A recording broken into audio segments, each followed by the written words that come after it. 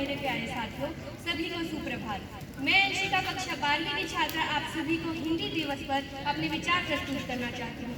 ये मेरा सौभाग्य है कि मुझे हिंदी दिवस जैसे पावन अवसर पर अपने विचार प्रस्तुत करने का मौका मिला।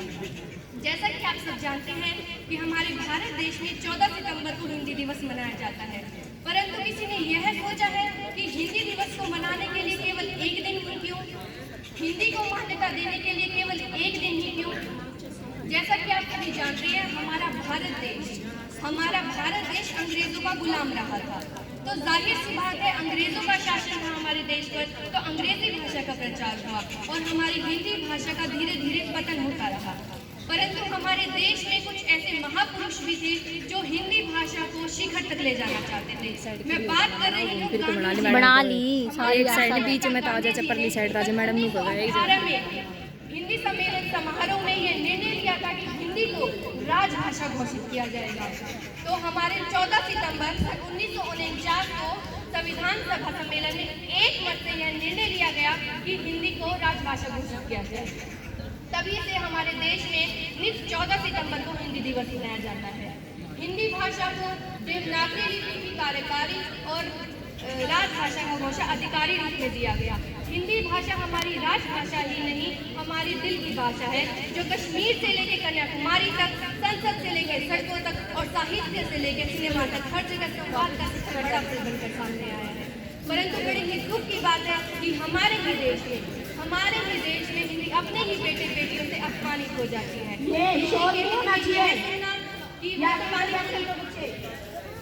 हिंदी के हित में यह कहना कि वो तो पानी पूरी बेचने वालों की भाषा है, अंतर मन को ठेस पहुंचाता है।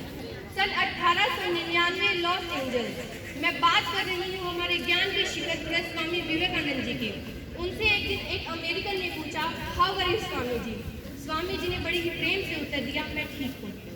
अगला सवाल उन्होंने हिंदी में पूछा। अमेरिकन को लगा उन्हें शायद इंग्लिश नहीं आती है। अगला सवाल अमेरिकन ने हिंदी में पूछा, स्वामी जी आपको भारत से आकर यहाँ कैसा लगा।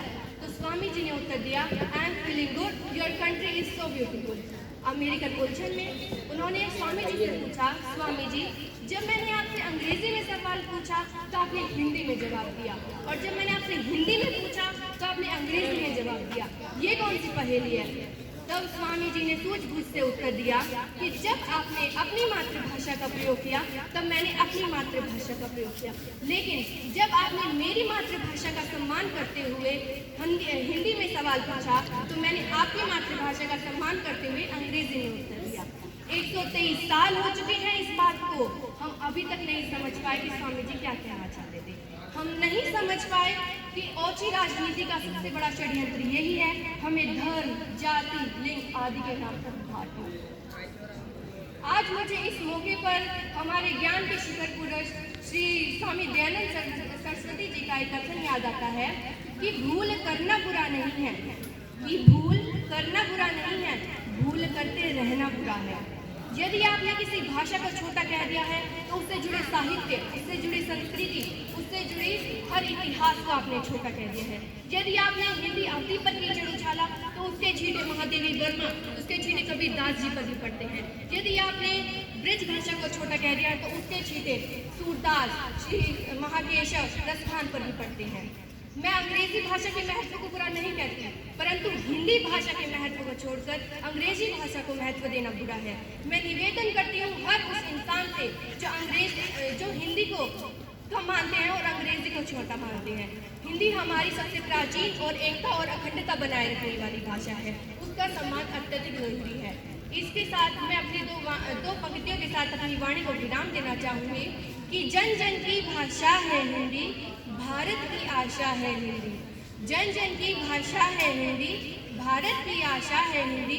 जिसने पूरे देश को जोड़े रखा वो मजबूत धागा है हिंदी। जय हिंद, जय भारत।